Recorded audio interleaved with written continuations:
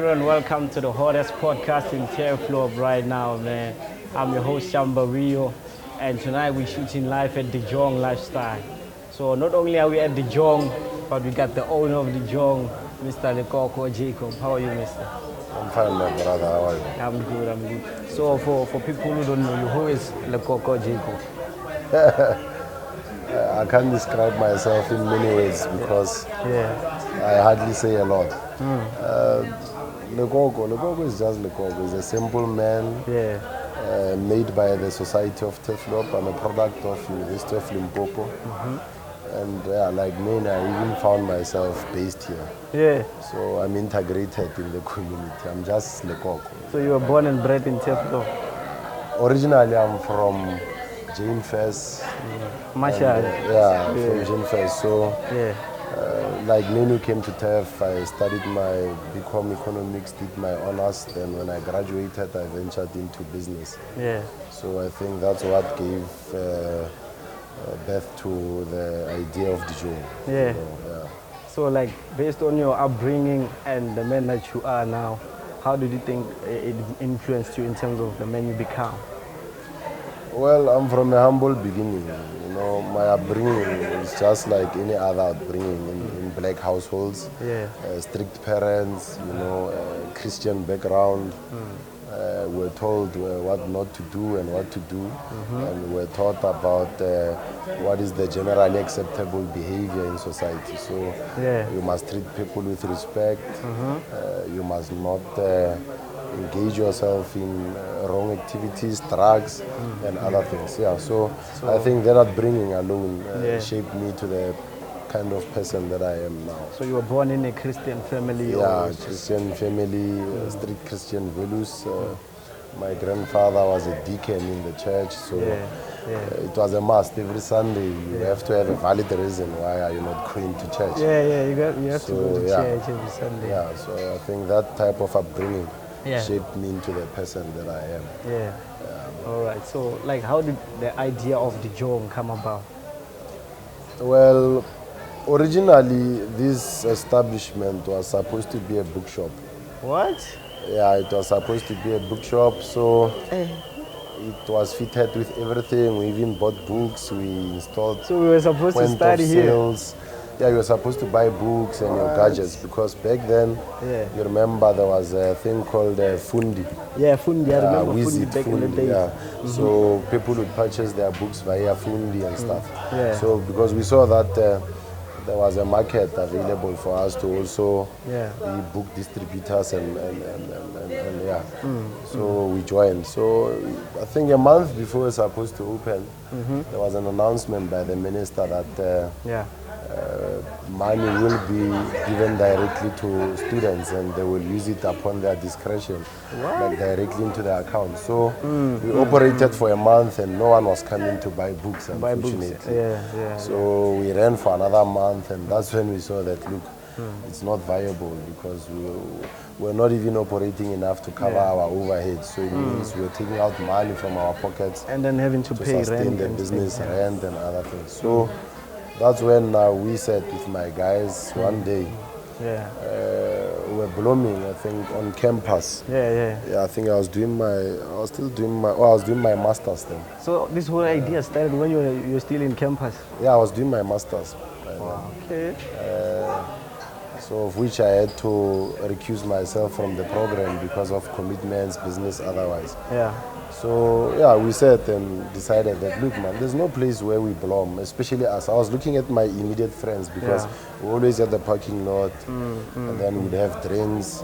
So we saw that, look, man, there's no place where we can belong. And one day it was winter, unfortunately, so we were forced to sit outside in winter. And we ended up coming to the bookshop. I said, okay, guys, let's go to the bookshop. I'll open, we'll chill inside because it's cold outside. So when we're inside, I looked, but with my immediate friends, I think I have about 9 immediate friends. All of them eat out, and they are African men. They like pap, your hodu, and your stuff like that. So I realized that with my immediate friends, if I open a restaurant or a food business, I would be able to sustain the business through my friends. They'll be your first customer. My first customers. we toyed around with the idea, but I took the idea serious. Then we started rebranding, now buying kitchen equipment, getting the right people to cook, and then So like, did you get investors, or you already equipped into the business? No, I had to have a few investors because you can't just start anything from the ground, because by then I was a full-time student. So I had a few investors, but I usually say your network determines your worth. It's a motto that I live by. All the investors that I had by then were my friends. So the people that you already know. My friends, my immediate friends. I had to ask my friend, do you have this? He said yes. I'm like, okay, can I use it for 2 months and then I'll bring it back? So that's how it all started. Sorry for the interruption. Sure. So it happened like that. So up until I grew the establishment itself. Wow. Okay. So like, do you have a degree in business in order to operate a place like this, or you got people? No, I have people. There's a manager here, Kat. I think you are all familiar with him. He runs the place. But you just need basic skills. Bookkeeping, stock taking. Those are the basic skills you need. But to run a place like this, if you are going to run it on your own without the proper human resource, it will take much of your time. So you won't do other things. You'll be based on the business, because you have to check everything. Like, you need to know if salt is running out. You know, from salt, you need to check your beef from beef. You need to check if alcohol is cold from alcohol, the sound from sound. So there's a lot. You can't do them on your own. You need someone to... so you need to branch out, and people will assist you in the process. Nice. But most of the things we learn in the classrooms, they don't apply in real life business, unfortunately. But the basic management skills, you do acquire them through learning and getting the knowledge via studying. But most of them you learn as you go. Because if you ask me that 5 years back, if you ask me where I want to see myself, Dijong was not even part of the plan. It just came. So you were not even sure that this place would be a success? No, we're not even sure. We just had to risk it. But like I said, through my friends, like, I think there are 9, and all of them are mobile. Through them, I was just hopeful that, okay, at least through them and their friends and their associates, we can be able to run the business. And so far, how is it going? Well, it's fine. It's fine. It has its own ups and downs. We are a business in growth. We are still growing.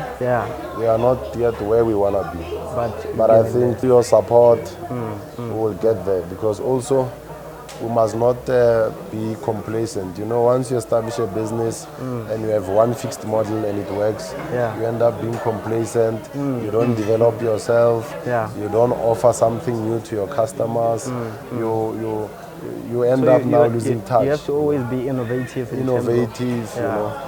And you must get value for money. Like when we say we are selling this item for this much, you must not have a problem with it, because there's value for money. Like where you were sitting last year, it's not the same. It has changed. There's new decorations, there's new furniture, ablution facilities are fine. So we need to give you something back also. So most definitely, you know, you're a man of many interests, and I think politics is one of them. So I wanted to ask, how do you mix business with politics? Like, how do they go along? Honestly, they don't mix. They don't mix? They don't mix. Like, politics and business are like water and oil, you know, because when you are in politics, you have to always consider the interests of the people. You are a people-based person. You must serve you have the people. To be a leader. You have to serve with your all. You know? So once you include business now in politics, you are going to have a problem, because generally, if you are a leader out there and you are a politician, you always have to consider people, help them, assist them. Now, those same people will come to your business, they find you in your business, you want 1, 2, 3, 4, 5, you take from your business, give. You give. Then you lose. And then you end up losing at the end of the day. So you have to be a bit strict when it comes to your business. But I think politics and business don't mix because, for instance, if you are a bona fide politician and you are a member of a specific organization, ideologically you have conflicting views with other people out there. Now, once you have conflicting views with other people out there, not many have grown to develop emotional intelligence. They might take what you disagree with outside and then bring it to your business. So you'll have a group of individuals who will end up saying, we are not supporting that person because he and us, we don't agree ideologically on other things. But like I said, if you have developed emotional intelligence, you're able to separate the both paths. But through interacting with humans, you know that not many can develop that character.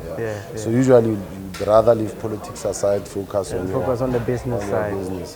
Right. So if you weren't an entrepreneur or you didn't go into business, what do you think you'd be doing right now? Honestly, I had interest of working in the corporate sector, and initially when I started my undergrad program, I started with accounting. So I started with accounting. So I had interest of being a chartered accountant. So, but because of political activities, you know, academia and politics, if you excel in the other one goes down. So I ended up switching to economics. But had it not been the case, I think I would be a CA. That was my aspiration. So you wanted to be a chartered accountant? I wanted to be a chartered accountant. What did you graduate in? Like become economics. I did accounting and then mixed it with politics, and it harassed me. It harassed me very much. It harassed me very bad. Up until I switched to economics, and then I graduated my economics degree. After graduating from my economics degree, I did honors in public administration. Then I graduated. Then from there, I registered masters. But now, because of growing demands, my business interests, I was not able to juggle the two. So I decided to leave the master's program, and I'll attend it later, maybe in life. So your degree is just at home right now, sitting. You're not using it in any way? Well, look, it's not gathering dust, if I may say, because whatever that I was able to learn in the process, I'm able to apply in my life and my business and other things. So, and I think because of that, sometimes I usually say education gives you a voice of reason. When you speak, at least you can hear that this person is refined. So you might not see it then, but when you go later in life, you see that, well, some of the information you're busy acquiring is now in the process of being wisdom. It's paying off. So not to say it's gathering, my qualifications are gathering dust, but I do apply them in my day-to-day life. Most definitely. So you're a father? Okay, so how is the journey of fatherhood treating you in terms of?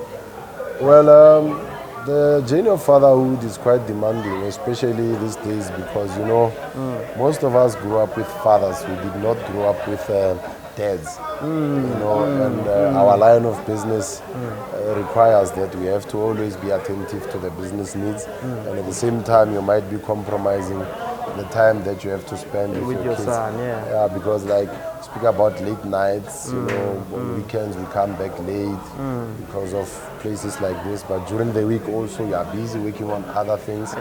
But we just try to make sure that whatever time we have with our kids, it should be memorable. Most definitely. It should be memorable.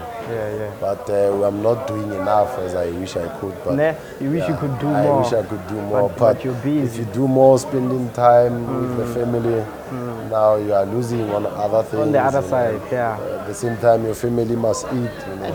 In the process of looking for food for your family, you are also compromising that relationship. So you just have to learn to balance. It's a contradiction in itself. So who is the lucky lady in your life? lucky lady. Those who come to Dijong, they know her. She's always wearing around. Specs. She helps with the till, she helps with the stock taking, she helps with everything. Her name is Khomola. So you take care. No. Yeah, basically I'm off the streets. I had my fashion. Now it's time to man up. You know? Most definitely. Yeah, to man up. Right. So, like, what advice would you give to a young entrepreneur who wants to start something like this? You know. Well, my advice to them would be, whatever the plan that you have, you don't have to fear whether it works or not, because the first person you need to believe in is yourself. And the rest will follow. You have to have confidence in yourself, and you must not be afraid to take risk, because nothing grows within comfort. For you to grow, you must be a bit uncomfortable, and you must be willing to take risks, but believe in your idea. And sometimes ideas sound crazy, but out of all the craziest ideas, big things came out of them. Would you agree with me if I say, when a person was telling another person back in 1970 that I want to develop a communication device that, like a cell phone, that a person can talk with anywhere. Some thought the person was crazy, you know, but like, he believed. No, you can't. How can you do that? So, but now here we are, we have those things. So you need to believe in your ideas, believe in yourself, and you must take risk. Take risk. Yeah, the rest will follow. So I went through your bio on Instagram. It says that you are a food lover, you love traveling. So what's your favorite meal, and have you ever like traveled internationally? I haven't been out there internationally, my man. We're still doing some financial literacy. We're still doing some financial literacy. I'm a simple person. My favorite food right now is steak and veggies. Sometimes I do consider health. And with Dijong, you know, you eat a lot of pap, hodu, and what. So sometimes you spiral out of control. When you look at yourself on the mirror, you see some love handles here. So you lift also, so you go to the gym. I lift sometimes. But all of those things I used to do when I had free time. Now you're always busy. Now I just visit them partially. Like traveling sometimes I'd love to, but when developing a business like this, you have to be there, make sure that on weekends you are there. Some people honestly love the fact that they find you there. You know, you not being there is not the same for them. Some people like to interact with you. That's why they come to your business. So you still have to nurse that potion until you find a system that operates itself in your absence. Then I can focus on traveling, going to places, tasting different food cultures. Which places would you like to visit, like in terms of international? Internationally, I think I'll do Maldives. Where is that? I think maybe I'm pronouncing it wrong. Some call it Maldives, Maldives. It's more like a holiday spot. Like it has more resorts. You can relax. And it's chilled. It's chilled.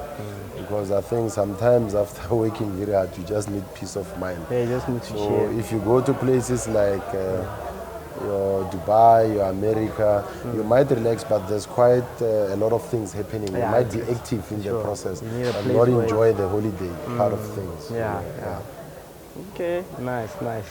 Well, Mr. Lekoko, I think we had a great conversation, you know, and it was nice having you on the show. So you guys, you can subscribe, like, share the video, and see you in the next episode. Also, you know, on the comment section, suggest who we can interview, and we'll hit you up. Peace. Sure. Thank you. You must sanitize after that. Dozura wandeme chipinga chote ndibona ene masiari na busiku. Dozura wandeme chipinga chote ndibona ene ucheza changa iwangoga masiku inkwawo inkwako riboniranga iwangoga masiku inkwawo inkwako riboneranga mai yoki yoki yoki yoki spono no sangi yaguthanda mai yoki yoki yoki yoki spono no sangi yaguthanda mai yoki yoki yoki yoki spono no sangi yaguthanda ndidomufuna Messi ote ote ote ndidohima naye nzita ngwihlokome masiku inkwawo inkwako nzita tshama na yena mai yoki yoki yoki yoki spono no sangi yaguthanda mai yoki yoki yoki yoki mai yoki yoki yoki yoki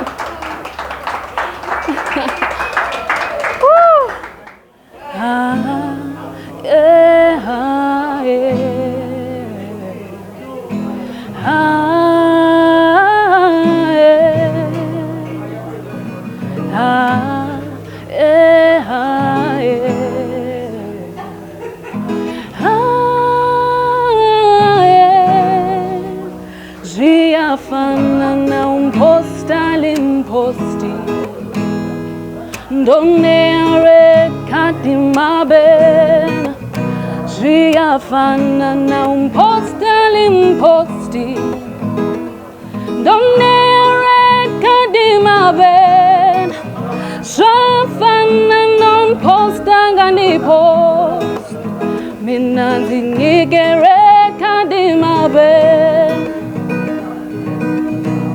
Hichi jena busiku Matagazaru funon di kolo